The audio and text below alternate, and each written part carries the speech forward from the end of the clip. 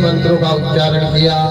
गंगा यमुना गोदावरी चित्रा सिंधु सारी देवियों का आवाहन किया और उन देवियों से रुक्मणी को आशीर्वाद दिलाया। ध्यान देना, जब काल चक्र माथे पर चलता है ना तो सारी भक्ति, सारे देवी देवता, सारे तीर्थ सब एक तरफ खड़े हो जाते हैं। कितना व्यवस्थित विधिवत देवकी का विवाह किया। कन्या ने माल्यार्पण किया, आरती उतारी। आरती उतारने के बाद दोनों को पंडाल में ले गया, मंडप में ले गया। घर पे जो मंडप बनता है थुनी का, हरे मंडप के अंदर ले गया। वहां ले जा करके बड़ा सुंदर विवाह की तैयारी करी। पत्रिका में हम लोग लिखते हैं पानी ग्रहण संस्कार 11:22 पे। किसको कहते हैं पानी ग्रहण संस्कार, कैसे होता है? मान लो हमारे कोई ने पूछ लिया कि भैया हिंदू धर्म में कार्ड में लिखा रहता है पानी ग्रहण संस्कार, ये क्या चीज है, क्या बताएंगे? अच्छा, इसमें गलती आप लोगों की भी नहीं है। वो ब्राह्मण करवा ही नहीं रहे हैं आजकल। विवाह में जो ब्राह्मण जा रहा ना, वो तो केवल शादी लगाता है और शादी लगा के वही नपाए और चलते बना। एक दिन में 4-4 शादी ब्राह्मण लगा रहा है, जबकि एक दिन में एक शादी भी पूरी नहीं होती है। अगर ईमानदारी से शादी कराए, छोटा मोटा काम नहीं है, ये संस्कार है। 12 बजे रात से सुबह के 8 बजे तक एक शादी को करवाने में समय लगता है। इतना आसान नहीं है विवाह करवाना। किसी कुल की बेटी को दूसरे कुल में प्रवेश करवाना ये साधारण काम नहीं है। ये नहीं कि माला डलवाए, फेंके चावल, खाया और आके घर हो गए, खत्म। पता चले 12:30 बजे तो बारात भी घर आ गई। राम राम राम राम। वर वधू को पंडाल में ले गया, मंडप में ले गया। मंडप में ले जाने के बाद पानी ग्रहण संस्कार हुआ। पानी ग्रहण संस्कार कैसे होता है? लड़की की माता आटा मारती है, जैसे रोटी के लिए आटा मारते ना, ऐसे आटा मार के एक गोल गोला बनाती है और वो आटे के गोला में गुप्त दान रखा जाता है। या तो सोना रख दो या चांदी रख दो, और गरीब है तो 5 का सिक्का, यथाशक्ति तथा भक्ति जिसकी जैसी क्षमता है। कुछ लोग नथनी रख देते हैं, कुछ लोग अंगूठी रख देते हैं, कुछ लोग कान के रख देते हैं, और वो आटा में गुप्त रहता है, जिसको गुप्त दान भी कहा गया है। लड़की का पिता 2 दान करता है यहाँ, एक गुप्त दान और एक कन्यादान। 2 दान होते हैं।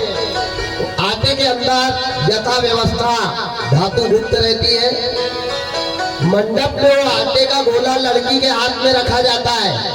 लड़की के हाथ के नीचे दूल्हा का हाथ रहता है और दूल्हे के हाथ के नीचे दूल्हे के पिताजी का हाथ रहता है। और लड़की का भाई या भाई नहीं है तो लड़की का पिता वो आटे पे तांबे के लोटे से पानी डालता है, पंडित मंत्र पढ़ता है। वो आटे का पानी लड़की के हाथ में जाता है, लड़की के हाथ का पानी लड़के दूल्हा के हाथ में आता है और दूल्हा के हाथ से पानी टपकता है दूल्हा के पिताजी के हाथ में। कम से कम 1.5 घंटा ये प्रक्रिया होती है। उसको कहते हैं पानी ग्रहण संस्कार। ये है पानी ग्रहण संस्कार। देवकी का पानी ग्रहण संस्कार किया। पानी ग्रहण संस्कार के बाद कहते हैं लड़की का पिता लड़की के हाथ पीले करता है। ये हमारे समाज का, हमारे वर्ण में बहुत अच्छा नियम है। तो लड़की का पिता देवक एक कटोरी में हल्दी लेकर के आया और अपनी बेटी का जैसे हाथ सामने खींचा है पीला करने के लिए, वैसे बेटी ने अपने पिताजी को गले से लगाया और गले से लगा करके रोने लग गई। जितने लोग बैठे थे पंडाल में सबकी आंखें भर करके आ गई। कन्या को रोता हुआ देख के जहां शहनाई बज रही थी वहां महत्तम नजर आने लगा। वारे परमात्मा, बेटी की विदा किसी के दरवाजे से ना हो। अगर जब बेटी की विदा होती है तो पत्थर दिल भी दरवाजे के ऊपर रोने लगता है। पिताजी ने अपनी बेटी के हाथ पीले किए। हाथ पीले करने के बाद कन्यादान की रस्म को पूरा करने के लिए मगध देश का राजा जरासंध मामा बनकर के आया और सबसे पहले कन्यादान मामा करता है। जरासंध ने देवकी का कन्यादान किया। रोते जा रहा है जरासंध अपनी पत्नी को साथ में लेकर के। उसके बाद बड़ा भाई आता है कन्यादान करने, तो कंस अपनी दोनों पत्नी अष्टि और प्राप्ति को लेकर के आया और जैसे देवकी का कन्यादान करने लगा वैसे अपनी बहन को गले से लगा करके रोने लगा, कहने लगा, बहन आज तो ये घर पराया हो जाएगा, आज तो मेरे को छोड़कर चली जाएगी, लेकिन कभी आना या मत आना, लेकिन श्रावण के महीने में जरूर मेरे घर आना बहन, नहीं मेरी सारी कलाई खाली रहेगी। अपनी बहन को गले से लगा करके कंस रोते जा रहा है और कन्यादान किया। उधर देवकी के पिताजी मकान के पीछे जाकर के बैठ करके रो रहे हैं। पिता की हिम्मत नहीं होती कि बेटी के सामने चला जाऊं, दूर बैठ करके रो रहा है। माता कन्यादान की तैयारी करते जा रही है, रोते जा रही है और कन्यादान की तैयारी करते जा रही है। अपने पति को ढूंढ रही है, स्वामी चलो बेटी का कन्यादान कर देना, आखिरी समय है, अपनी बेटी से मिल लो। जैसे अपने पति को समझाने के लिए गई वैसे देवा जोर जोर से रोने लगे और आंसू पोंछते हुए पंडाल में आए, आकर के कन्यादान किया। कन्यादान के बाद में शादी की सारी रस्म पूरी हुई। हमारी समाज में एक नियम है कि जब बारात को विदा करते हैं उसके पहले लड़का से लड़की को लेकर के घर में आते हैं कि बेटा अब आखिरी बार सबसे मिलने फिर जानी है, तो लड़के से छुड़ा करके लड़की को घर में लाया जाता है। जैसे देवकी को घर में लेकर के आई है कन्याएं, वैसे माता ने सबसे पहले अपनी बेटी को गले से लगाया और गले से लगाकर रोने लगी, बेटा अब मेरा क्या होगा, आज तक मेरे जीवन का कार्य तूने संभाला बेटी, ये घर को तूने सजाया, ये घर को अपना बनाया और यही घर को छोड़कर तुम पराई होने जा रही है। बेटी को गले से लगाया। जितनी देवकी की सहेलियां थी सब देवकी से रो रही है गले मिल मिल करके। विदाई की घड़ी आई, लेकिन माँ ने बेटी को विदा करते समय बहुत अच्छी शिक्षा दी। दुनिया की माताओं ये शिक्षा अपनी बेटी को देना। बेटी को गले से लगाया, गले से लगा के हाथ जोड़ के माँ खड़ी है, बेटी के पैर पड़ते जा रही है और कह रही है, बेटा जाते जाते मेरी ये बात अपने जीवन में गांठ बांध के रखना और जब भी कुछ हो तो मेरी ये बात को याद करना बेटा।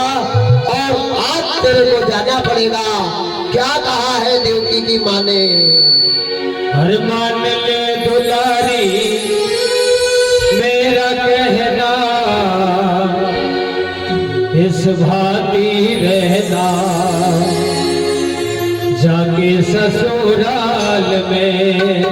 मान ले दुलारी मेरा कहना, इस भांति रहना, जाके ससुराल में।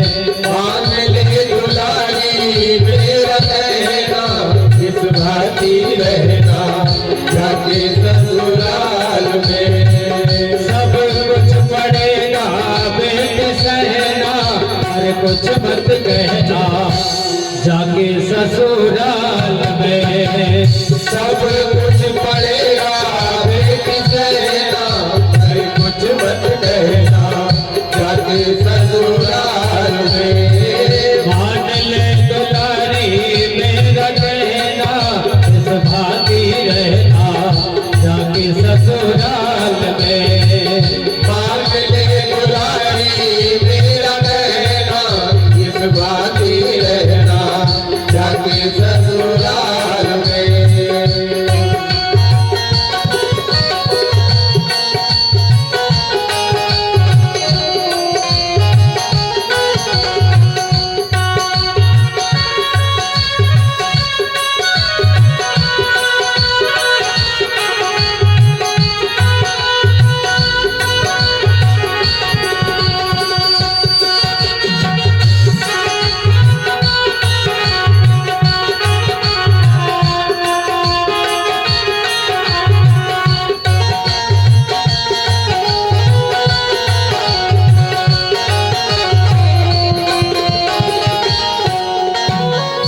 छोड़ के चली है बेटी कागज का अंगना, छोड़ के चली है बेटी कागज का अंगना, संग की सहेली तेरे जाए कोई संग ना, संग की सहेली तेरे जाए कोई संग ना, अपने घर की आन बान रखना बेटी स्वाभिमान, अपने घर की आन बान रखना बेटी स्वाभिमान, बोलना मधुरे जैसे मैना भाती रहना जाके ससुराल में, मांग ले दुलारी मेरा कहना इस भाती रहना जाके ससुराल में।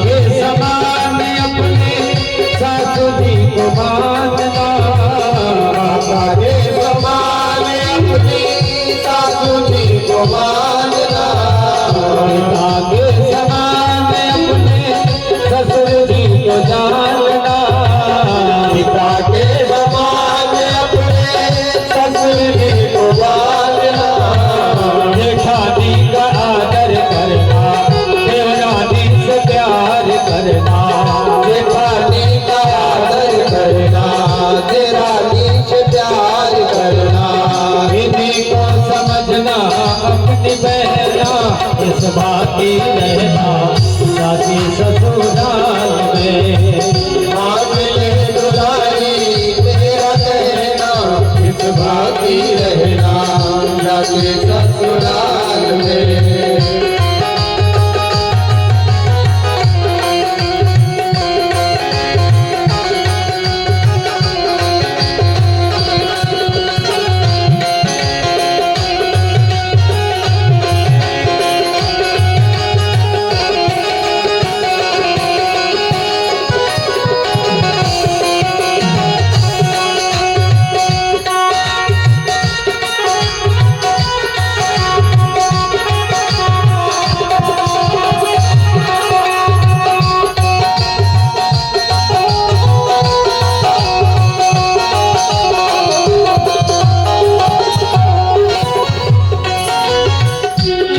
कभी सासू मेरी कड़वे बोल बोलेगी, कभी कभी सासू मेरी कड़वे बोल बोलेगी, बार बार ताने तेरे हृदय को टटोलेगी, बार बार ताने तेरे हृदय को टटोलेगी, कुछ मत बोलना तू मोह मत बोलना तू, कुछ मत बोलना तू मोह मत बोलना तू, नीचे को झुका के रखियो नैना इस बाती रहना जाके ससुराल में, मांग ले दुलारी मेरा कहना इस भाती रहना जाके ससुराल में। ये सब कुछ पड़ेगा बेटी सहना इस भाती रहना जाके ससुराल में, सब कुछ पड़ेगा बेटी सहना पर कुछ मत कहना जाके ससुराल में। मान ले दुलारी मेरा कहना इस भाती रहना जाके ससुराल में।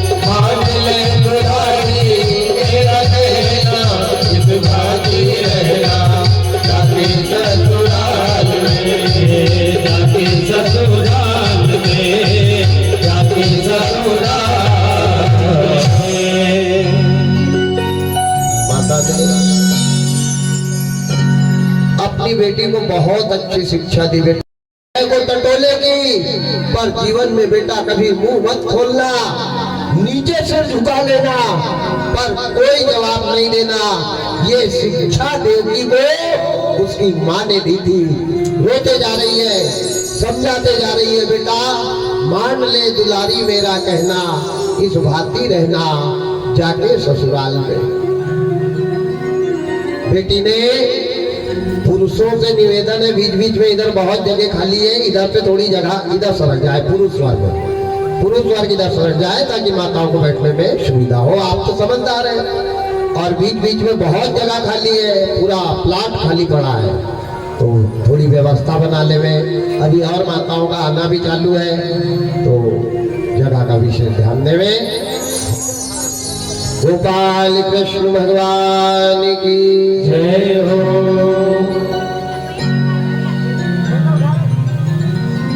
बेटी को बहुत सुंदर शिक्षा दी। वही बेटी ससुराल में अपनी माँ जैसे सास को मानती है, जिसको माँ बाप के यहाँ अच्छी शिक्षा मिले। ध्यान देना, बहुत जरूरी है, और आज के परिवेश में तो बहुत ही जरूरी हो गया है। ध्यान देना,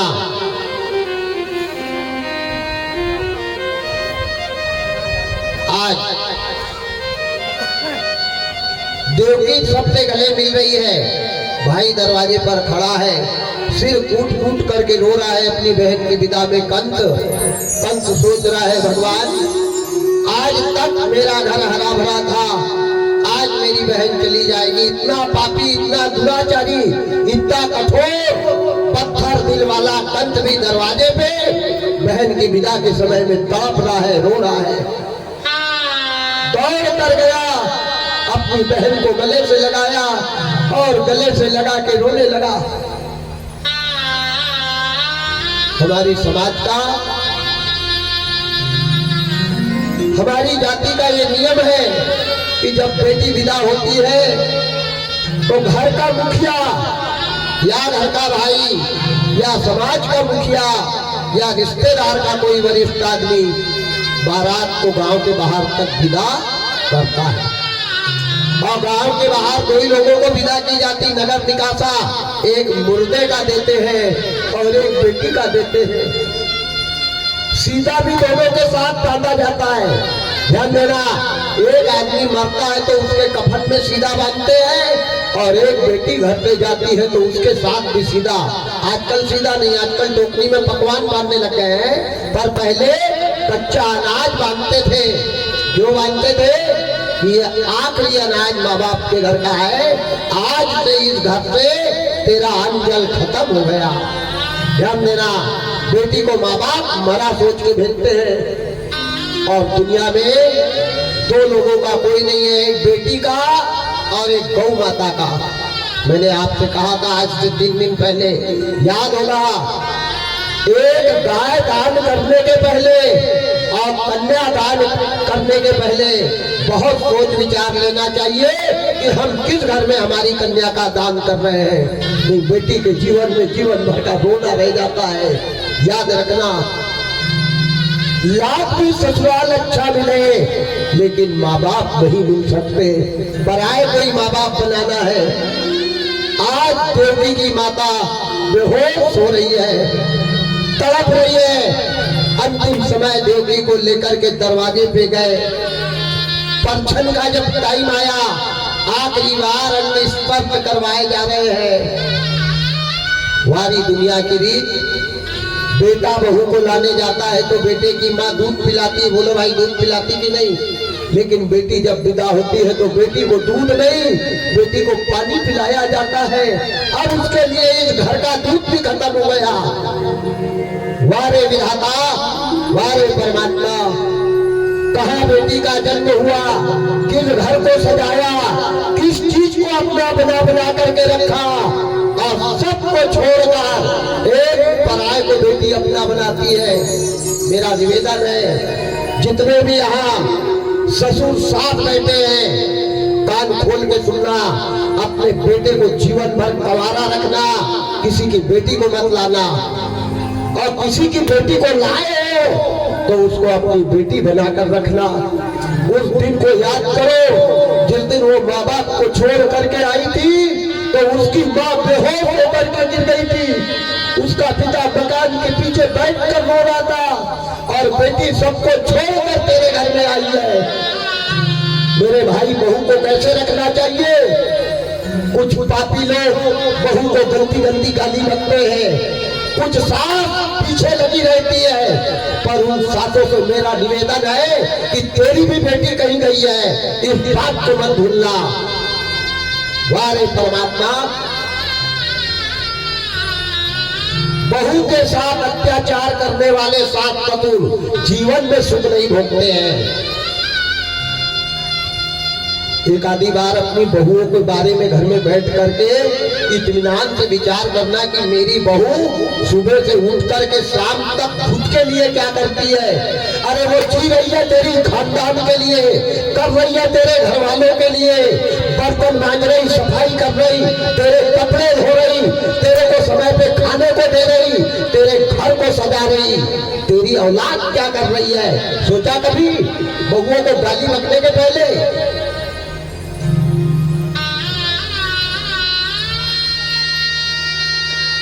उन बेटियों से और उन माँ बाप से पूछो जिनने अपनी जवान एक एक बेटी को विदा किया है।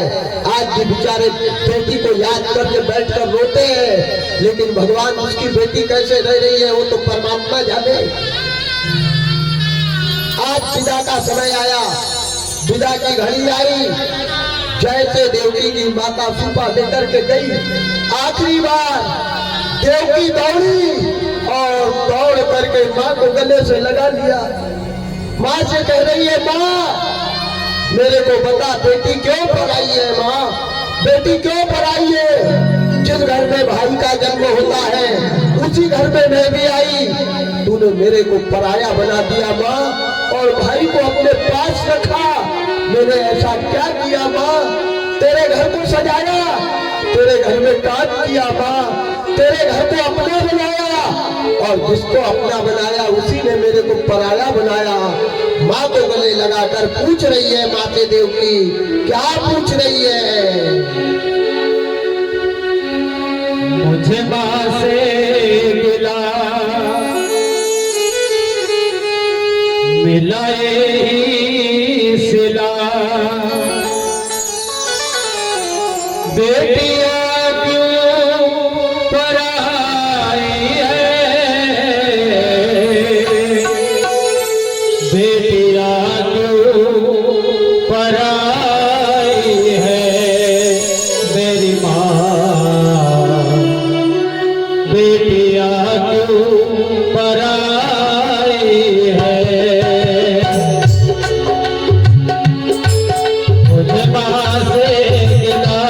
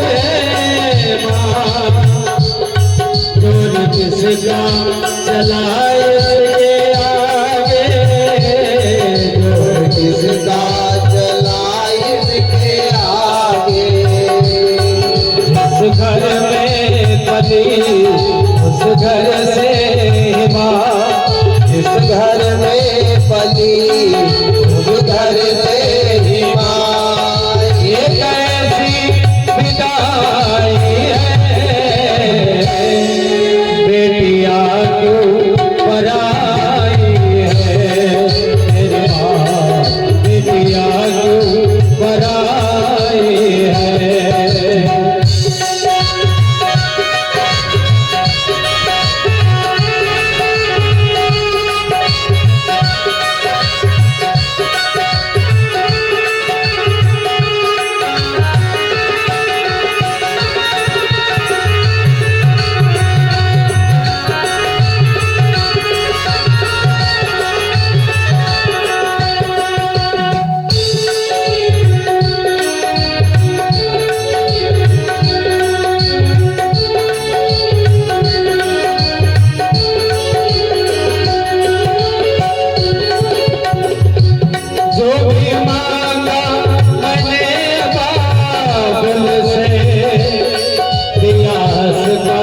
मुझे बाबुल ने दिया, मुझे बाबुल ने प्यार इतना दिया है मुझको, क्या बयां मैं करूं अपने मुख से, क्या बयां मैं करूं अपने मुख से।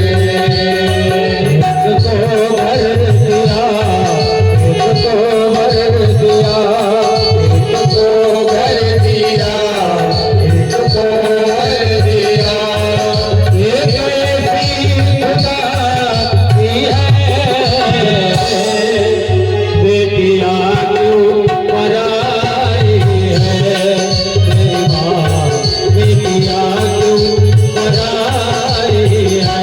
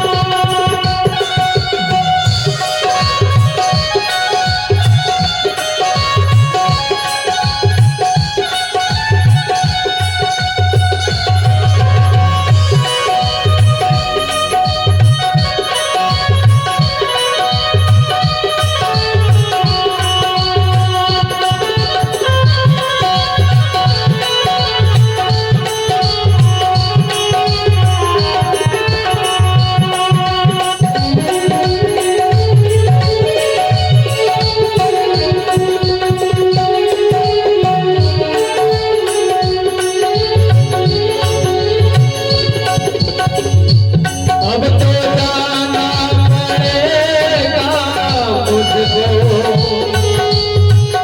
बिछड़ा सहना पड़ेगा मुझको, बिछड़ा सहना पड़ेगा मुझको। गलतियां माफ करना मेरी, दूर रहना पड़ेगा मुझको, दूर रहना पड़ेगा मुझको। अच्छा चलती हुआ अब गले से लगा, अच्छा चलती हूँ माँ अब गले से लगा। बेटियां तो पराई है, बेटियां तो पराई है, मेरी माँ बेटियां तो पराई है। मुझे माँ से गिला मिलाए सिला, मुझे माँ से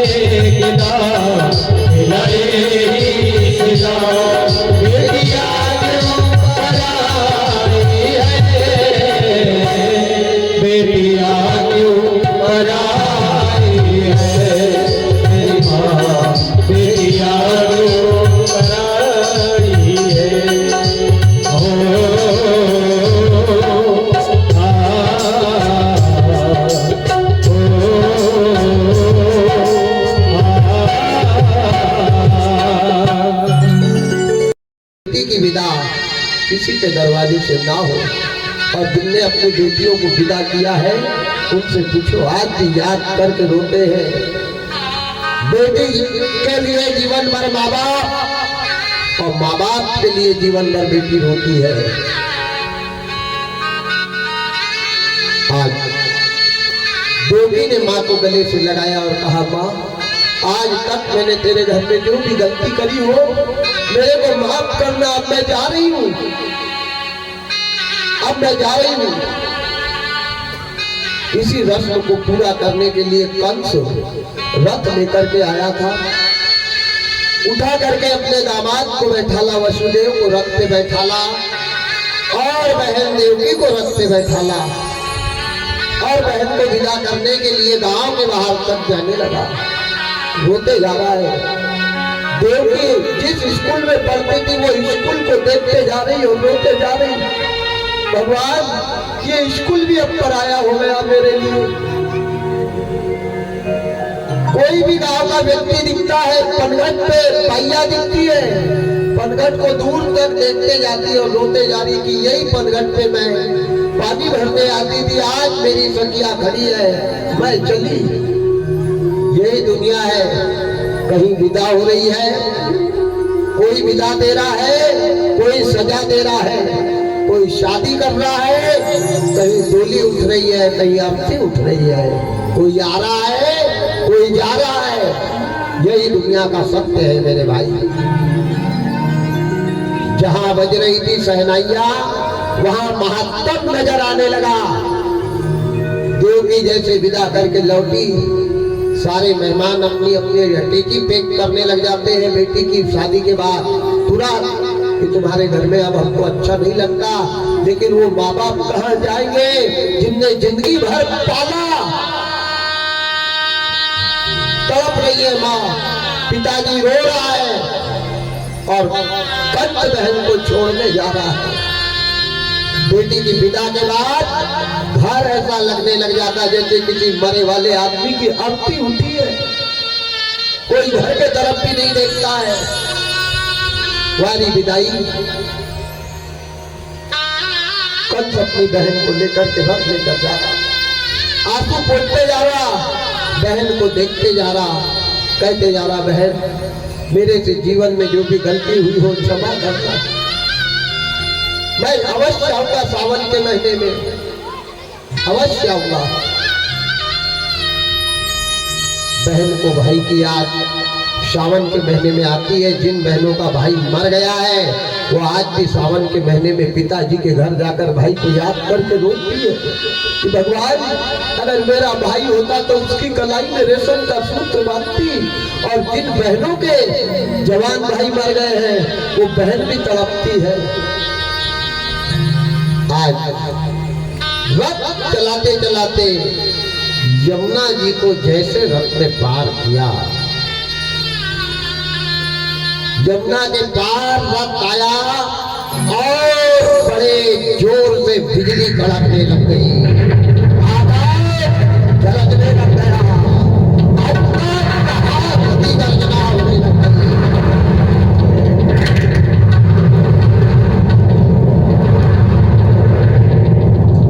कंस घबरा गया, आकाशवाणी हुई,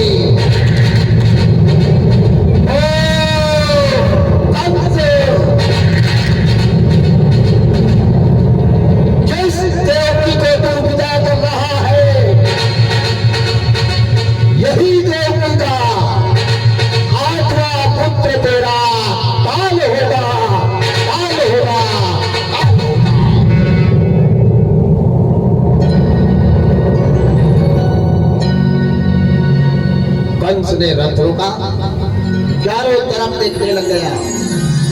देवकी का 8वां पुत्र, मेरा काल नहीं नहीं नहीं, मेरा काल नहीं होगा, वो तो मेरा भांजा होगा, मेरा काल कैसे हो सकता है, मेरा काल नहीं होगा। और होगा तो 8वां होगा, 7 पहले आएंगे, 7 के बाद ही 8वां आएगा ना। कंस ने रथ को आगे बढ़ाया कि 7 बच्चे देवकी के हो जाने दूंगा और 8वें बच्चे के समय मैं देवकी को घर ले आऊंगा। जैसे बच्चा होएगा उसका गला काट डालूंगा, रहे वासना बजे बाकी। रथ को आगे बढ़ाने लग गया। जैसे रथ को आगे बढ़ाया वैसे आकाश मार्ग से 8 पंखुड़ी का कमल लेकर के नारद जी आ गए। नारायण नारायण नारायण नारायण। राजा कंस राजा तुम्हारी जय हो जय हो जय हो जय हो। कहाँ जा रहे हो? कंस ने कहा नारद जी मेरी बहन की विदा करने जा रहा हूँ, बहन को छोड़ने जा रहा हूँ। बोले आकाशवाणी नहीं सुनी? सुनी नारद जी। क्या सुना? 8वां पुत्र मेरा काल होगा। तो बोले तो भी पहुंचा ही रहे हो। इन्होंने कहा नारद जी तुम्हारी बुद्धि खराब हो गई क्या? अभी शादी की है, बहन को छोड़ के आता हूँ। 8वां पुत्र काल होगा तो 7 के बाद ही तो 8वां आएगा ना। 8वें के समय में मैं मेरी बहन को घर में ही ले आऊंगा। कंस को नारद जी ने उल्टी गिनती गिनवाई। उल्टी मतलब जिधर 8 था उसको 1 बताया। बोले इधर से गिनो। जिधर 8 था उसको 1 बताया। बोले 1 2 3 4 5 6 7 और 8। इधर से गिनोगे तो इसका 8वां नंबर आएगा और इधर से गिनोगे तो इसका 8वां नंबर आएगा। कहने का मतलब पहला भी 8वां हो सकता है और 8वां भी पहला हो सकता है।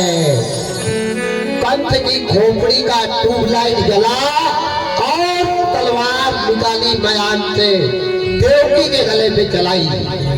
बहन के गले पे जैसे तलवार आगे बढ़ाई, नारद जी ने तलवार पकड़ ली। नारद जी ने कहा राम राम राम क्या कर रहे हो? बहन का मर्डर। अरे बहन को मारोगे दुनिया में लोग क्या कहेंगे? इन्होंने कहा नारद जी पेड़ ही नहीं रहेगा तो फल कहां से लगेगा? पेड़ को ही सफा कर देता हूं। इन्होंने कहा अरे राम राम राम ऐसा काम मत करो, काम ऐसा करो कि सांप भी मर जाए और लाठी भी ना टूटने पाए। वो क्या?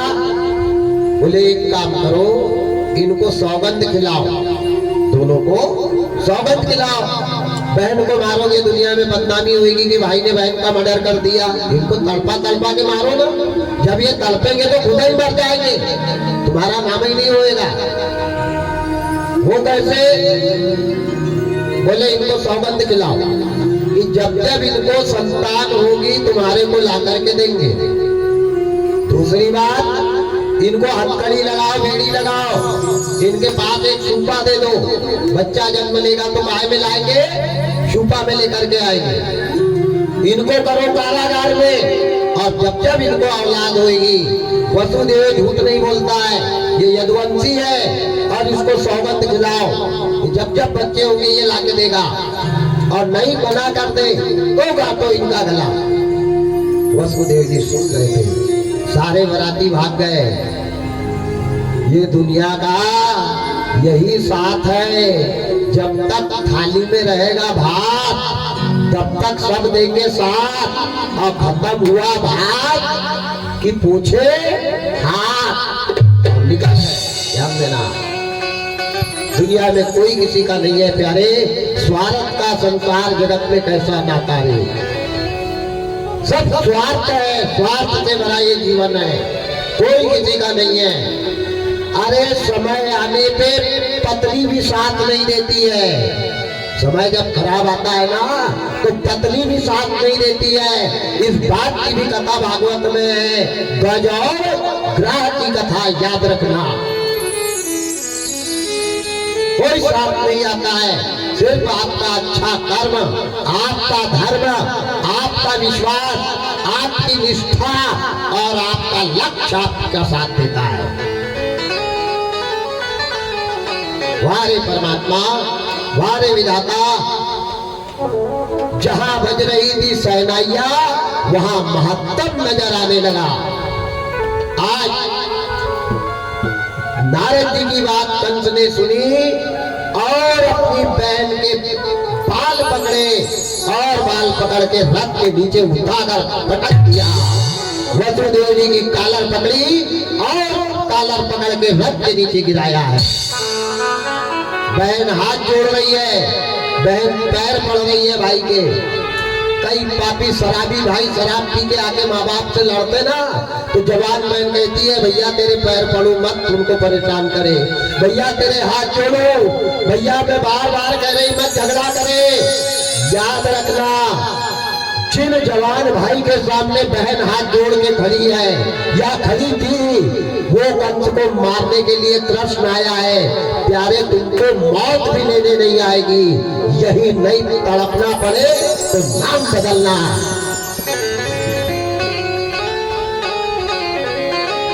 जिस दिन जवान बेटा के हाथ माँ बाप और बिचारी अनाथ बहन जोड़े, उस दिन ऐसी औलाद को जिंदा नहीं रहना चाहिए, मर जाना चाहिए।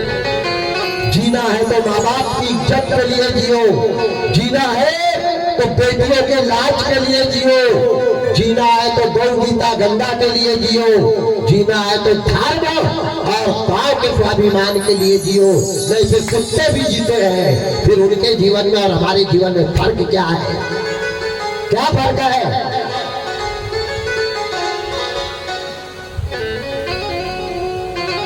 हमारे नाम तो नहीं लेना चाहूंगा, एक मित्र आज कह रहे थे कि महाराज जी बहुत अच्छे मित्र हैं, मेरे नाम लेना उचित नहीं समझूंगा, संकेत कर रहा हूँ कि महाराज जी आप हमेशा कहते हो कि माँ बाप की सेवा करना, माँ बाप के बाप भी तो उस लायक होना बोले। बोला हाँ बात तो ये भी सही है, बात तो ये भी बहुत अच्छी है। अब बेटा अगर प्रहलाद बन के रह रहा, बाप सही में हिरण्याकश्यप बन रहा, तो ऐसे बापों को भी सोचना चाहिए, ध्यान देना। और ऐसा औलाद के साथ में जितने भी पिता बैठे हैं कान खोल के सुनना, औलाद के साथ में अगर बाप ने छल कपट किया है तो उस बाप को मरते समय पानी भी नहीं मिलता है। इस बात का भी प्रमाण भागवत है, ध्यान देना। पिता ने कभी औलाद के साथ छल कपट नहीं करना चाहिए, और औलाद भी वैसी होना, फिर संतान भी वैसी चाहिए ना भाई। तो दोनों में समानता है। अगर बेटा प्रहलाद बना है तो पिता को भी हिरण्याकश्यप नहीं रहना चाहिए। नहीं, हिरण्याकश्यप के क्या हाल हुए थे? बेटा खड़ा था और दूसरा आकर के चीर रहा था, पर बेटा ने रोका नहीं। बताओ, यही हाल उन बाप के होंगे जिनने औलाद के साथ धोखा किया है। और सही बात है ये, माँ बाप चाहे तो अपने बेटा को राज बना ले, और माँ बाप चाहे तो अपने बेटा को राक्षस बना ले। संस्कार माँ बाप से ही चालू होते हैं।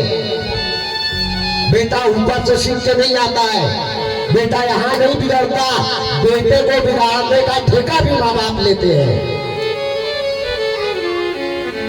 दोनों समान होना। जीवन एक गाड़ी है, समानता से वो गाड़ी चलती है। आज परमात्मा हमारे पिता कंस ने दोनों को नीचे पटका, भाई के हाथ जोड़ रही है बहन, भैया तेरे हाथ जोड़, तेरे पैर पड़ लो, मत ऐसा करे भैया, हमने क्या बुरा किया? अरे तू तो रो रो कर मेरे को विदा कर रहा था, आज ये क्या हो गया मेरे भाई तेरे को? ये कैसी हमारी दुर्दशा कर रहा है? उस पापी कंस ने अपने बहन के तन पे के जेवर उतवार लिए। मैं क्या बताऊं, यहाँ तक कि बहन के वस्त्र आभूषण तक फाड़ दिए, आज तो नग्न कर दी भाई ने बहन को। वारे भाई,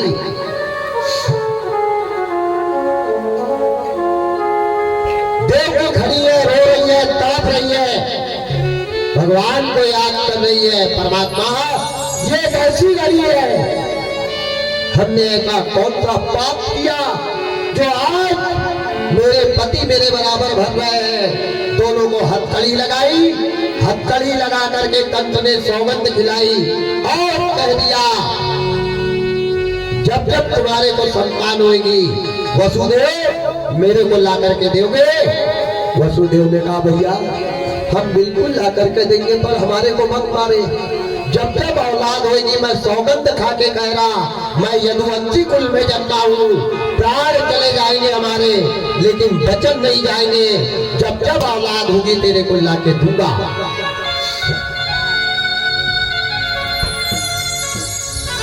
सौगंध खा ली और सौगंध खाने के बाद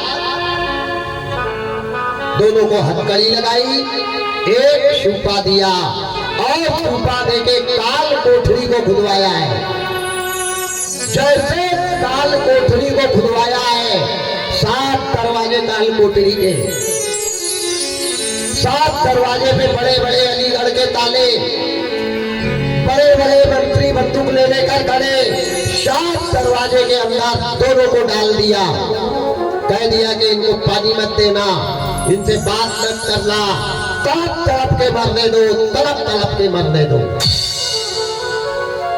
वारे विधाता, पल से पल में क्या हो जाए पता नहीं तकदीर का, गति ब्रह्मा की करी न तारे अजब भेद रघुवीर का। कब क्या हो जाए, हमने तैयारी बरसों की है और भरोसा पल भर का नहीं है। याद रखना, सज गज कर जिस दिन मौत की सहजाती आएगी, ना सोना काम आएगा ना चांदी काम आएगी। छोटा सा है तू मगर कितने बड़े अरमान तेरे, और मिट्टी का है तू मगर सोने के सामान तेरे। हर पल भर की जिंदगानी एक रोज सबको जाना, बरसों की क्या तू सोचे, पल का नहीं ठिकाना। पल भर की जिंदगानी एक रोज सबको जाना, बरसों की क्या तू सोचे, पल का नहीं ठिकाना। पल भर की जिंदगानी एक रोज सबको जाना, बरसों की क्या तू सोचे,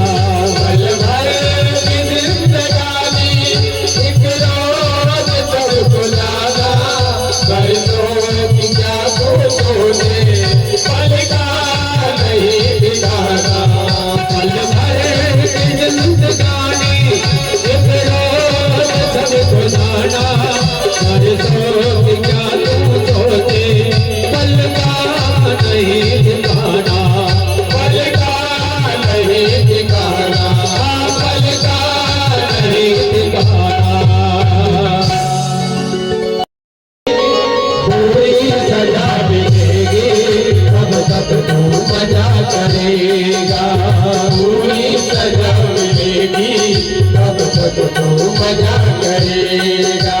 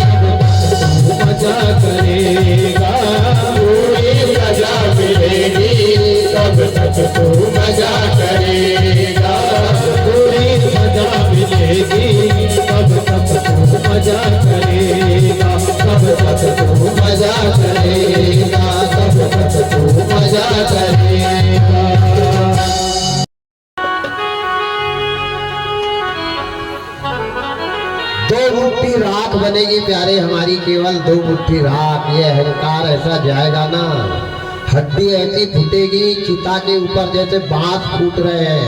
ये खोपड़ी ऐसी फूटेगी जैसे सुतली बम फूट रहा है।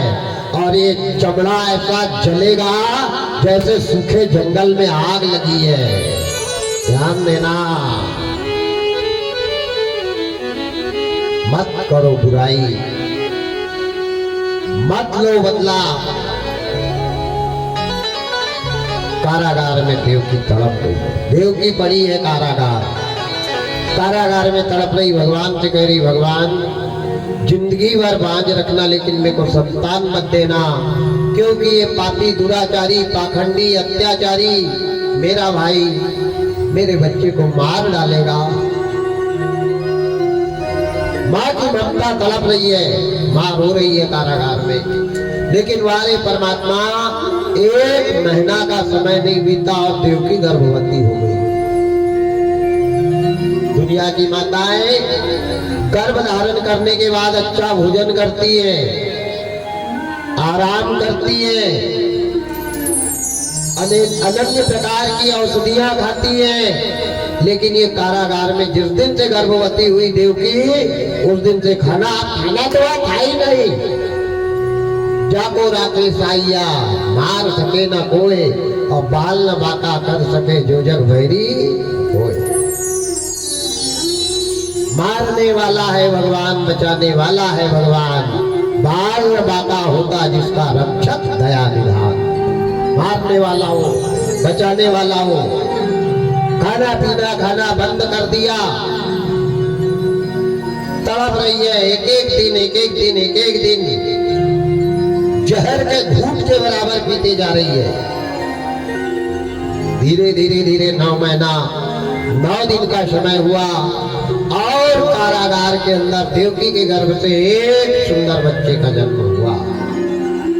मांस का टुकड़ा, इतना बड़ा बच्चा, नग्न शरीर, आंखें तक नहीं खुली।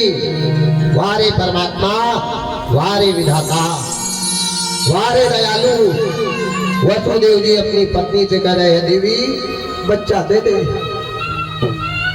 देवकी वो मांस के टुकड़े को सीने से लगा रही है, कह रही प्राणनाथ मैं मां हूं, मैंने कैसे 9 महीना तक इसको रखा है, कहां ले जाओगे? मेरे लाल को मत ले जाओ।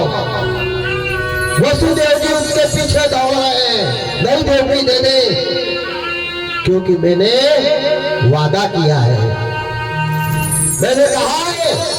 और देवकी हमारी खानदान की रीति है, दे दे देवकी, हमारी खानदान की नीति है, दे दे देवकी, हमारे खानदान का ये धर्म है।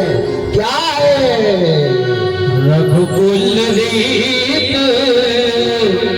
सदा चली आई, रघुकुल रीत सदा चली आई।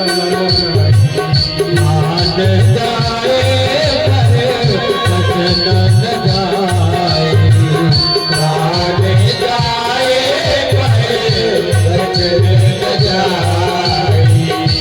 रघुकुल रीत सदा चली आई, रघुकुल रीत सदा चली आई, सदा चली आई। प्राण जाए पर वचन न जाए, प्राण जाए पर वचन न जाए। सिया राम जय राम, जय जय राम, सिया राम जय राम, जय जय राम, जय जय राम। सिया राम जय राम, जय जय राम, सिया राम जय राम, जय जय राम। वसुदेव जी को भी बुरा लग रहा था, बेटा है, पिता है वसुदेव, क्या कोई बाप अपने बेटे को मरवाएगा? लेकिन एक तरफ धर्म है, एक तरफ पुत्र का प्रेम है। प्राण जाए पर वचन न जाए। ध्यान देना, पुत्र की मौत को स्वीकार किया है, लेकिन वचनों को नहीं कटने दिया। ये होता है प्यारे धर्म। सत्य की परीक्षा होती है, वजन चीज को तराजू पे तौला जाता है। याद रखना, अच्छे काम करने वाले को 17 की बात सुनना पड़ेगा। जो है नाम वाला वही तो बदनाम है? अमिताभ बच्चन का गाना याद होगा, जिसका नाम है उसी की बदनामी है, और जिसका नाम ही नहीं है तो काहे की बदनामी? ध्यान देना, अच्छे को बुरा साबित करना दुनिया की पुरानी आदत है। आज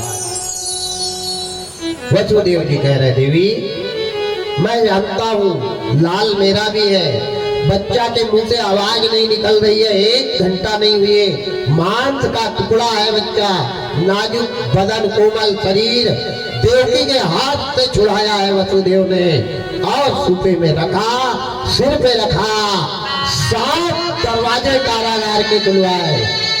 जैसे बच्चे को लेकर के आगे आगे वसुदेव जी चले, पीछे गाय की तरह माँ दौड़ रही है। जैसे कोई किसान गाय के बछड़े को गोदी में लेकर आगे आगे चलता और गाय रमाते हुए पीछे चलती ना कि मेरा बच्चा कहाँ ले जा रहा, ऐसे देवकी दौड़ रही है, प्राणनाथ मेरे लाल को कहाँ ले जा रहे हो, स्वामी मेरे बच्चे को कहाँ छोड़कर आओगे। आखिरी गेट तक देवकी गई, मंत्रियों ने हाथ पकड़ा और लाकर अंदर फेंक दिया। तड़प रही है। वसुदेव जी ने सूपे में बच्चे को रखा। वारे किस्मत, वारे तकदीर, वारे समय की 84। नन्हा सा बच्चा लात हिला रहा है, आंखें खुली नहीं, हाथ इधर उधर कर रहा है। जैसे कंस की राजधानी में वसुदेव जी बालक को लेकर गए, कंस ने दूर से ही देख लिया वसुदेव जी बच्चे को लेकर के आ रहा है, तो आसन पे से ऐसा दौड़ा जैसे कोई मरे वाले जानवर को देखकर गिद्ध उतरते हो, ऐसा दौड़ कर गया और सूपे में हाथ चलाया। उस नन्हे से मासूम बच्चे के छोटे छोटे पैर पकड़े और पैर पकड़ के 2 बार घुमाया और इतनी जोर से पत्थर पर कि बच्चे के लीचे लीचे बगड़ गए, चारों तरफ खून फैल गया। जैसे बच्चा पत्थर पे पटकाया वैसे बच्चे के मुंह से शब्द निकला, माँ। जैसे माँ शब्द निकला वैसे देवकी के स्तन से कारागार में अपने आप दूध बहने लगा। देवकी समझ गई मेरा लाल भूखा है, कहाँ होगा परमात्मा, मेरा बेटा कहाँ है। कभी साकल खटखटा रही है, कभी सलाद पकड़ रही है, कभी दीवार पे सिर कूट रही है। मेरा बेटा कहाँ है, मेरा लाल कहाँ है। बेटा बेटा कहती और बेहोश होकर के गिर जाती। वारे किस्मत, वारे समय की 84, वारे करम गति।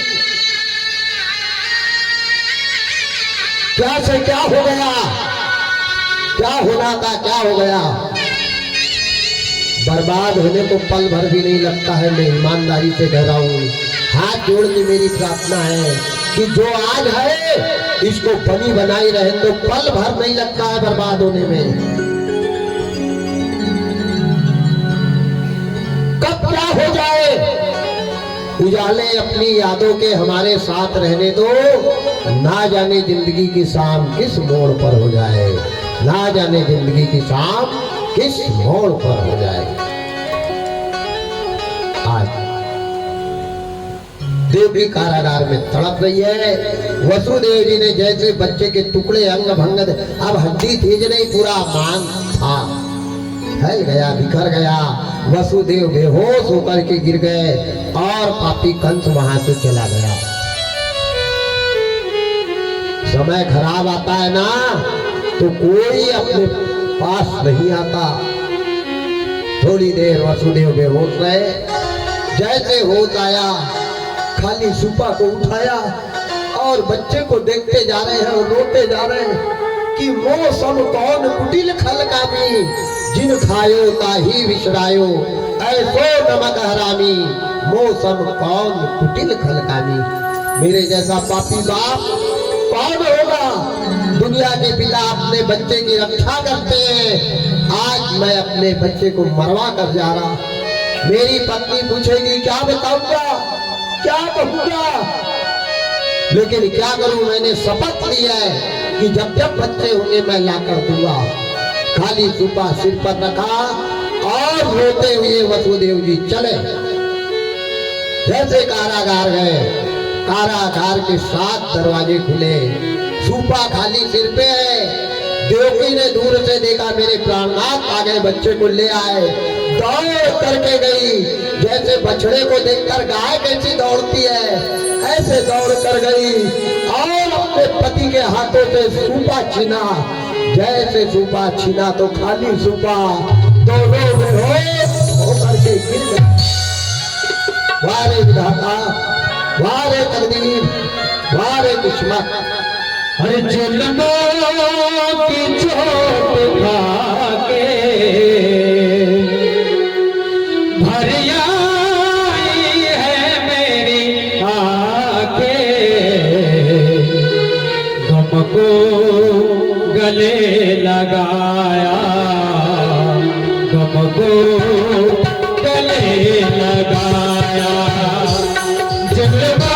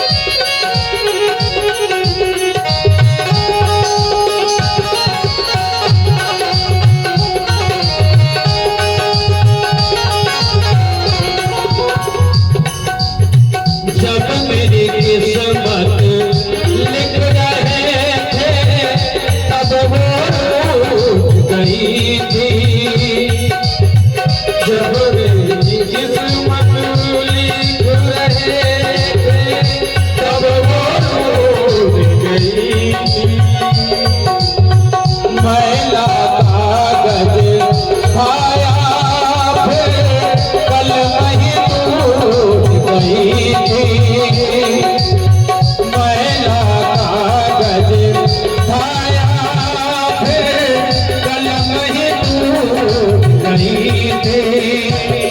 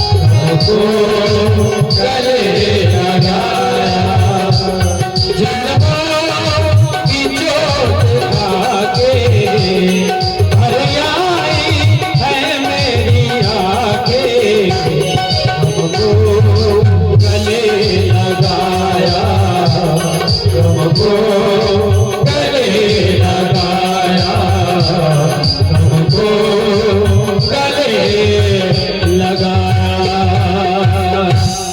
गई थी क्या लिखा मेरी तकदीर में तूने? ओ परमात्मा, ओ विधाता, मेरा लाल का है स्वामी, मेरा लाल का है। जिसकी आंखें नहीं खुल पाई वो मेरा लाल में से दूर चला गया। प्राणनाथ बताओ मेरा लाल का है, बताओ स्वामी मेरा लाल का है। वसुदेव जी देवकी को शांत कर रहे, देवी मत रो, ये हमारा कोई प्रारब्ध है। देखो बड़ी अच्छी बात है, आज सब कुछ होने के बाद अगर हमको दुख मिल रहा है तो ये हमारा प्रारब्ध है। पुराने कोई कर्म हमारे बेकार रहे होंगे जिसके कारण आज हमको भरना पड़ रहा है। काहू न को सुख दुख कर दाता, निज कृत कर्म भोग सब राता। ये हमारा कोई प्रारब्ध होगा, होनी को कोई टाल नहीं सकता है। देवी मत, भाग्य में सुख होगा तो मिलेगा, और जिंदगी में अगर तड़पना लिखा होगा तो तड़प तड़प के मर जाएंगे, लेकिन सत्य धर्म को नहीं जाने देंगे। अगर हमने कहा है बच्चे लाके देंगे, अवश्य देंगे। 1 महीना का समय नहीं बीता, देवकी फिर गर्भवती हो गई। इस प्रकार देवकी के 6 बच्चों को पापी कंस ने मारा। 6 बच्चे चले गए, एक भी बच्चे को दूध नहीं पिला पाई देवकी, गोदी में नहीं बैठाल पाई। वारी तकदीर, वारी किस्मत, वारी विधाता। ध्यान देना, सारे बच्चे मर रहे हैं, जा रहे हैं। जिनके घर में संतान नहीं होती है और जिनके घर में होकर के मर जाती है, उन माताओं ने ध्यान से सुनना, और जिनके घर बच्चे नहीं होते उनने विशेष ध्यान से सुनना। लेकिन मन साफ रखना, जो मैं काम बता रहा हूं इस काम को करना। मन, आचार, विचार, नियम ये बरकरार अच्छे होना चाहिए। और जिनके यहाँ बेटी है, बेटा नहीं हो रहा, उनने भी ये काम कर लेना, उनको भी पुत्र की प्राप्ति होती है। शुक्ल पक्ष की चौथ के दिन, शुक्ल पक्ष यानी उजाली, 15 दिन अंधेरी, 15 दिन उजाली। तो शुक्ल पक्ष यानी उजाली की चौथ के दिन जिनके घर में संतान नहीं हो रही, या जिनकी संतान होके मर रही, या जिनके घर बेटी है बेटा नहीं हो रहा है, उन पति पत्नी ने पीले चावल 1 सिक्का लेकर के ब्रह्म मुहूर्त में, मतलब सूरज उगने के पहले, कहाँ जाना? सफेद कौवा के पास। अका होता ना आग का पेड़, सफेद वाला, नीला वाला नहीं, सफेद अकाव के पास जाना और वहां जाकर के उसको निमंत्रण दे देना सिद्धि गणेश के नाम से। सफेद अकाव के पेड़ में सिद्धि विनायक गणेश जी का वास रहता है।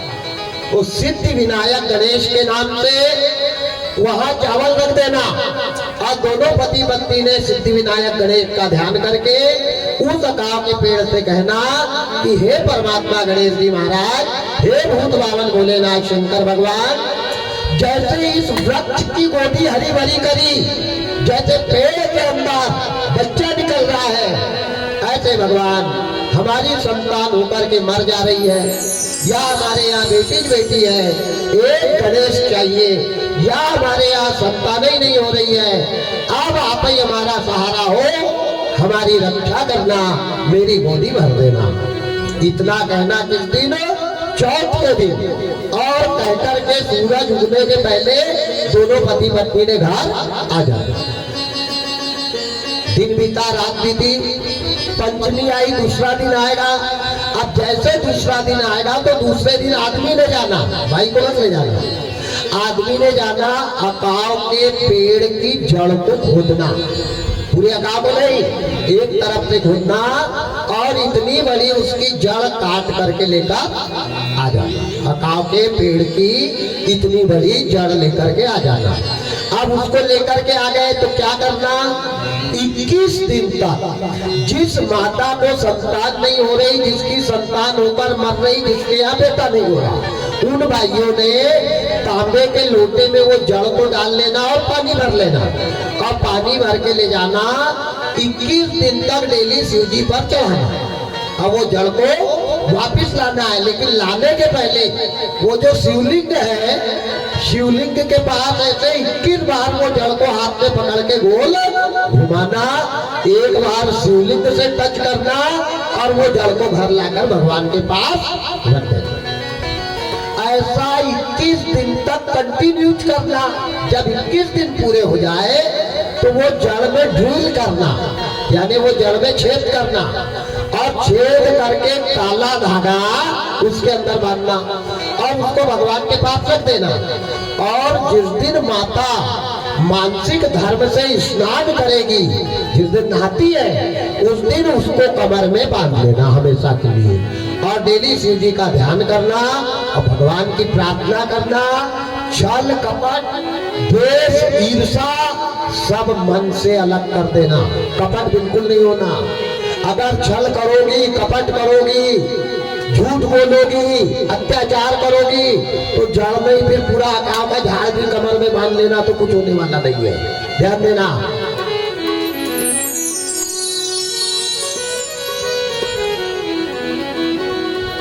परहेज करने से फल मिलता है, तो ये परहेज करना पड़ेगा। निर्मल मन, मन में कोई कपट ना हो, सरल स्वभाव, ऐसा करने से बांधोगे यहाँ।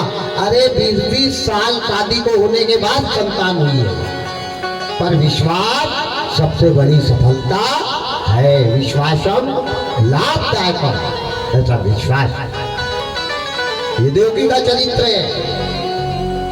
6 बच्चे देवकी के मर गए, 7वें बच्चे के रूप में कमलापति विष्णु भगवान ने क्षीर सागर में शेष नाग जी को बुलाया और शेष नाग जी से कहा, भैया तुम 7वें बच्चे के रूप में देवकी के गर्भ में जाओ।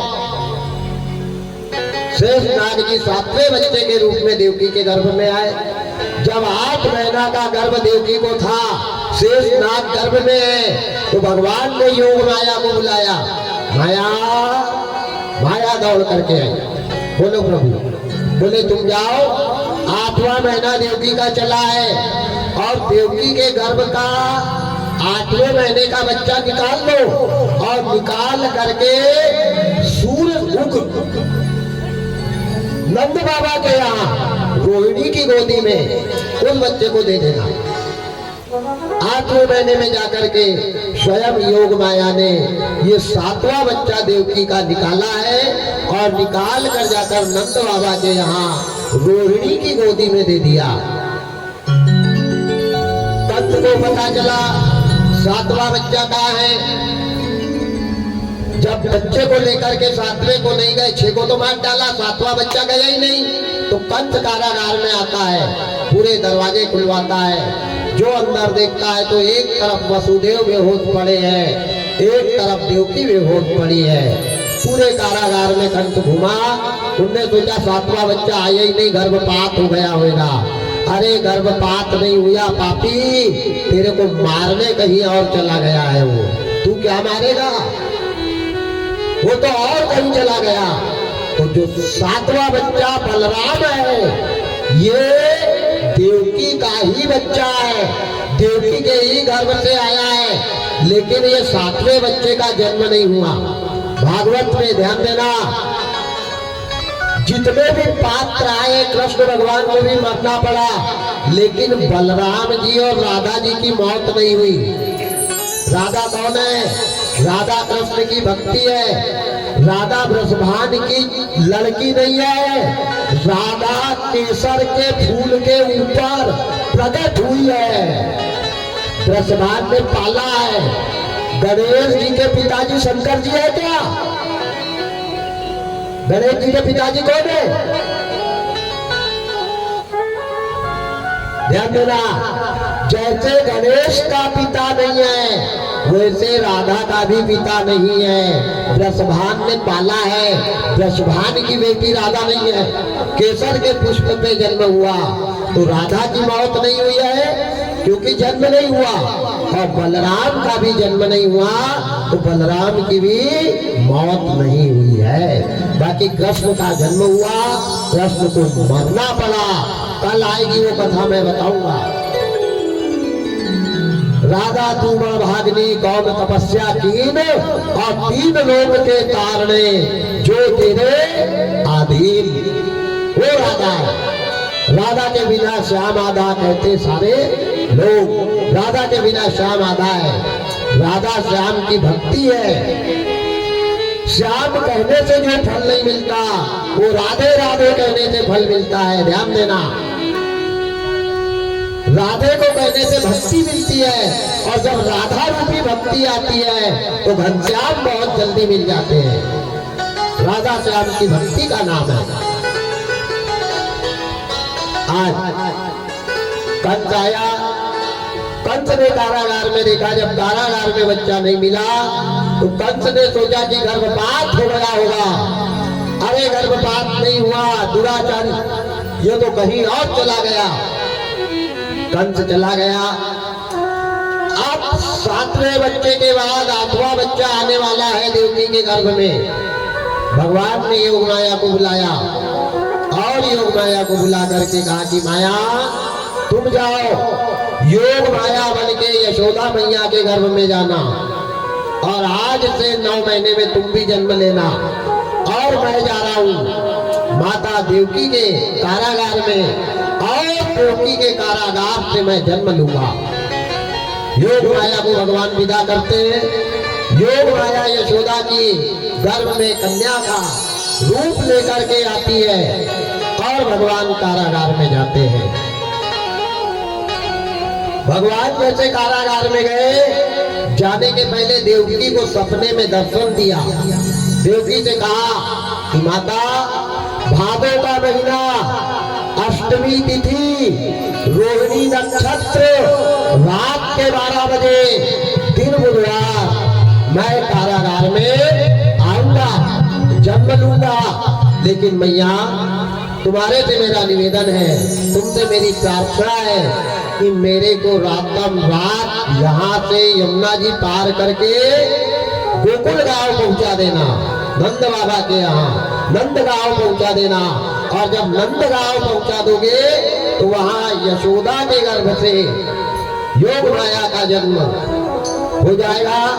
योग माया को उठाना और मेरे को वहां लिटा देना, ऐसा तुमने पिताजी को बता देना, वसुदेव जी को बता देना। हथकड़ी खुल जाएगी, ताले खुल जाएंगे, पहरेदार सो जाएंगे। तुमने टाइम जरा भी मत लगाना, रातम रात मेरे को पहुंचा के आ जाएगा। ये सपने में गर्भ में आने के पहले देवकी को भगवान ने स्वप्न में दर्शन देकर कहा। समय बीता, देवकी ने अपना सपना वसुदेव जी को सुनाया, और वसुदेव जी से कहा कि देवी प्राणनाथ भगवान आने वाले हैं, मेरे को ऐसा लग रहा है सपनादि का। वसुदेव जी ने सोचा कि इसके 6-7 बच्चे मरे हैं, इसको बच्चे ही बच्चा सपने में भी दिख रहा है। वसुदेव जी ने उतना ध्यान नहीं दिया, लेकिन माता ने पूरा का पूरा सपना देवकी ने वसुदेव जी को सुना दिया। समय बीता, 1 महीना, 2 महीना, 3 महीना, 4 महीना, 8 महीना, 9 महीना 9 दिन का समय आया। जैसे 9 महीना 9 दिन का समय आया, भादो का महीना, अष्टमी तिथि, रोहिणी नक्षत्र, रात के 12 बजे, दिन बुधवार,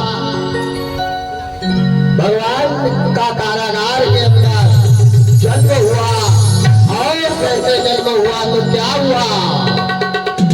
तो जन्म लेते ही ऐसा गजब हो गया, हथकड़ी खुल गई, सारे ताले खुले।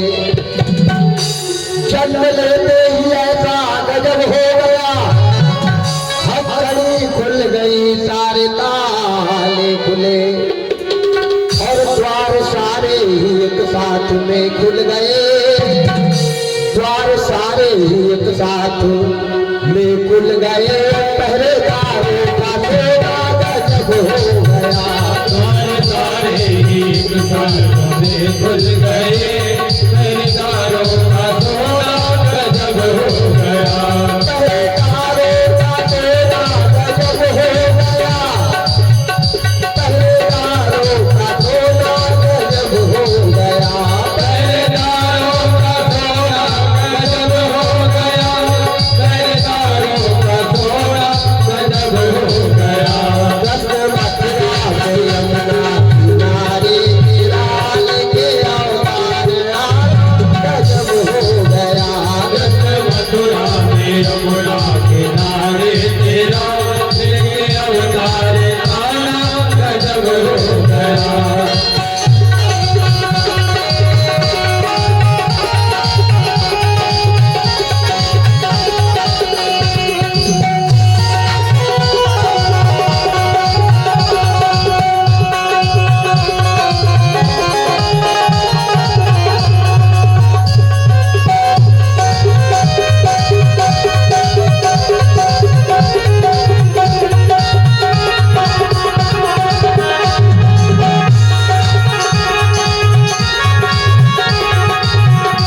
जैसे भगवान का जन्म हुआ, हथकड़ी खुल गई, ताले खुल गए, पहरेदार सो गए और वसुदेव जी ने बालक को उठाया। बालक को उठा कर सिर पर रखा और सिर पर रख कर के कारागार से नंदगांव की तरफ चले। क्या हुआ? वसुदेव जी मोहन को लेकर चले,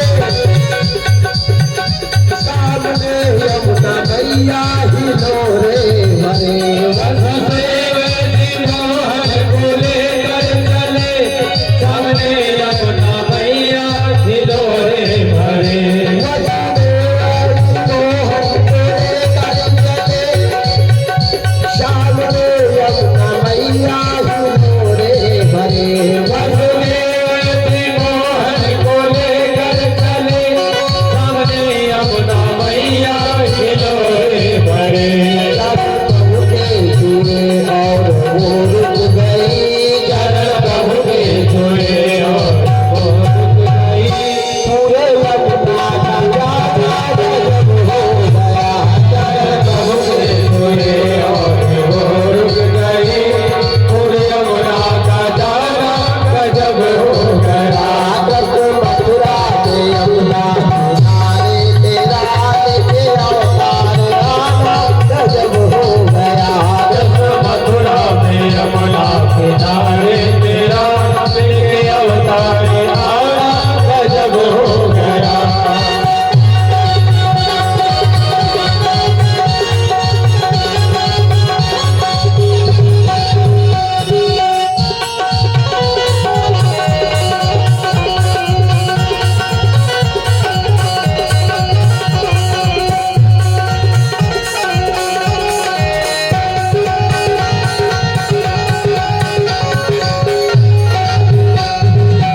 वसुदेव मोहन को लेकर के गए, यमुना मैया पार करी, नंदगांव में पहुंचे।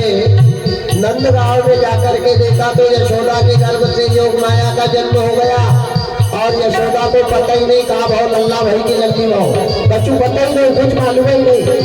बच्चा हो गया, कन्या हो गई, कन्या खेलने लगी और माता सोई रही है। भगवान को लेकर के वसुदेव जी गए, भगवान को यहाँ लेटाया, योग माया को उठाया और उठाकर लेकर हथकड़ी लगाकर कारागार में आ गए। जैसे कारागार में आए तो कंस को पता लगा कि 8वां बच्चा आ गया है। जैसे कंस को पता लगा तो क्या हुआ? हाल कंस ने पाया वो पहुंचा वहां, छीन हाथों से कन्या पछाड़ी जहां। हाल कंस ने पाया वो पहुंचा वहां, सीधे हाथों से कन्या पछाड़ी जहां। हाल कंस ने पाया वो पहुंचा वहां, पछाड़ी जहाँ लालगंज में पाया वो पहुंचा वहाँ, जिन हाथों से कन्या पछाड़ी जहाँ। झूठ हाथों से जाकर वो बिजली बनी, झूठ हाथों से जाकर वो बिजली बनी, कचरा पाप छाना जब हो गया। जिन हाथों से जाकर वो बिजली बनी, कचरा पाप ढाना गजब हो गया। मथुरा से यमुना किनारे तेरा देखे अवतार आवाज जब हो गया। मथुरा में यमुना किनारे तेरा लिखे अवतार आना गजब हो गया।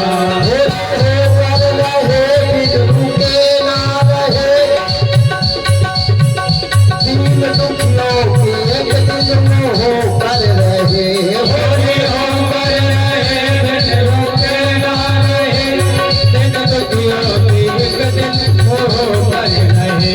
पाप छाया तो प्रभु ने जन्म ले लिया, पाप छाया तो प्रभु ने जन्म ले लिया, कचरा पाप छाना जब हो गया। पाप छाया तो प्रभु ने जन्म ले लिया, कचरा पाप छाना गजब हो गया।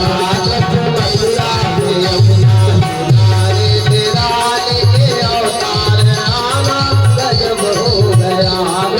मथुरा में यमुना किनारे तेरा लेके अवतार आना गजब हो गया। बोल वृंदावन बिहारी लाल की जय हो, की, जय हो, यमुना मैया की जय हो। जय जय श्री राधे श्याम। भादों का महीना, अष्टमी तिथि, रोहिणी नक्षत्र, रात्रि के 12 बजे भगवान कारागार में देवकी के गर्भ से आए। वसुदेव जी ने ले जाके नंद बाबा के यहाँ उन बालक को लेटा दिया। योग माया को लेकर के आए। कंस को पता चला, हाल कंस ने पाया, वो पहुंचा वहां, छीन हाथों से कन्या पछाड़ी जहां। कन्या को पकड़ा है, पकड़ के 2 बार घुमाया, जैसे पत्थर में पटकना चाहा वैसे कड़ा कड़ कड़ा कड़ की आवाज करते हुए आया।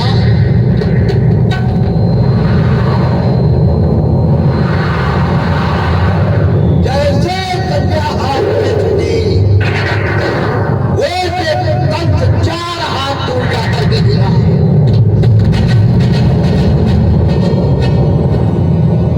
आकाशवाणी हुई, ओ कंस,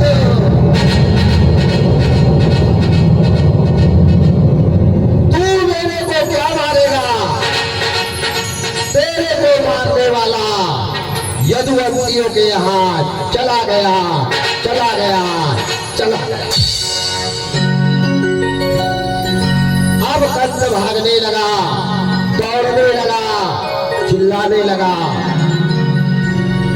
वसुदेव देवकी कारागार में रो रहे हैं। उधर यशोदा मैया को अचानक पता चला कि मेरे घर लाला आया है। दौड़ करके यशोदा मैया गई, नंद बाबा को बताया। पूरे गांव में हल्ला मच गया। जैसे हल्ला मच गया, यशोदा को जायो है लल्ला, मोहल्ले में हल्ला भयो हल्ला, मोहल्ले में पूरा हल्ला हो गया। जैसे हल्ला हो गया तो जितनी भी बाइयां थी, कोई रोटी बनाते बनाते एक हाथ में रोटी लेकर दौड़ के आ गई। कोई नहा रही थी, साबुन लगाया, वो साबुन लगाई जा गई। कोई पानी भर रही थी, पानी की बाल्टी कुआं में फेंक दिया और आ गई। कोई अपने पति को साबुन लगा रही थी सिर में, पूरा साबुन लगाया, पानी डालना भूल गई, वो भी भाग के आ गई। सब आदमी लोग परेशान है, सोच रहे भैया ऐसा कौन सा जादू चल गया, कोई भी घर में बाई बची नहीं। सारी बाई चली गई लाला को देखने के लिए। इनका नाम मनमोहन भी है। जिसको उनने देखा और इनको जिसने देखा, उसके ऊपर मोहिनी चल गई मन की, वो देखते ही रह गया। इसीलिए इनका नाम मनमोहन रखा है। सारी माताएं आई हैं नंद बाबा के दरवाजे। नंद बाबा नाच रहे हैं, यशोदा मैया गा रही है और जितनी गांव की भैया आई है सब नाच रही है लाला को देखने के लिए। अंतिम नंद के यहाँ मंगल गीत, उसके बाद आरती की तैयारी। बाकी की कथा कल करेंगे। बड़ा सुंदर नंद के यहाँ आनंद मना ले। बोले वृंदावन बिहारी लाल की जय हो। अरे जटवलियो रे यदुरैया गोकुल में बाजे बनैया। जटवलियो रे यदुरैया गोकुल में बाजे बनैया। जटवलियो रे यदुरैया गोकुल में बाजे बनैया। बाजे बनैया बाजे बनैया बाजे बनैया बाजे बनैया। जटवलियो रे यदुरैया गोकुल में बाजे बनैया।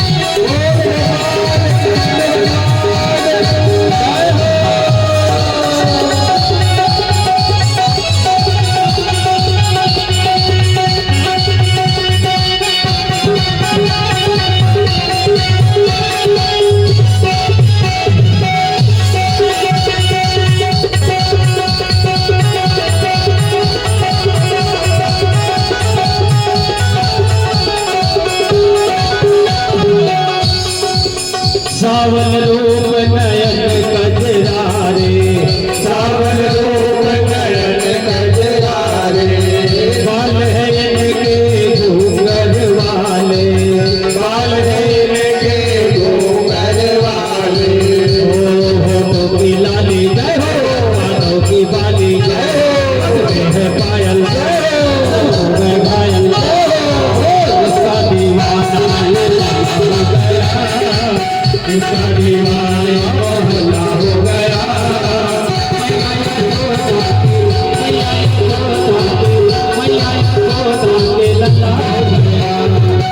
सारे मोहल्ले में हल्ला हो गया, सारे मोहल्ले में हल्ला हो गया, मैया यशोदा के लल्ला हो गया, मैया यशोदा के लल्ला हो गया, हाँ मैया यशोदा के लल्ला हो गया, मैया यशोदा के लल्ला हो गया, मैया यशोदा के लल्ला हो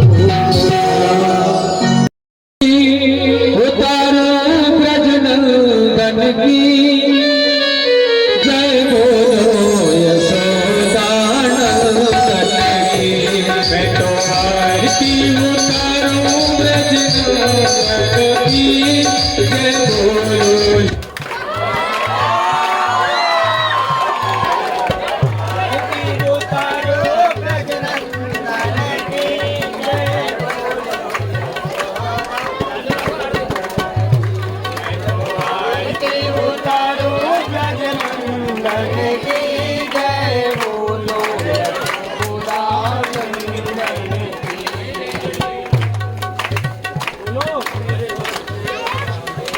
याने जन्म लियो है मथुरा में, याने जन्म लियो है मथुरा में, जन्म लियो है मथुरा में, जन्म लियो है। देवकी के मलना ढूंढैया की, जय बोलो यशोदा नंदन की, मैं तो आरती उतारो ब्रजनंदन की, जय बोलो यशोदा नंदन की।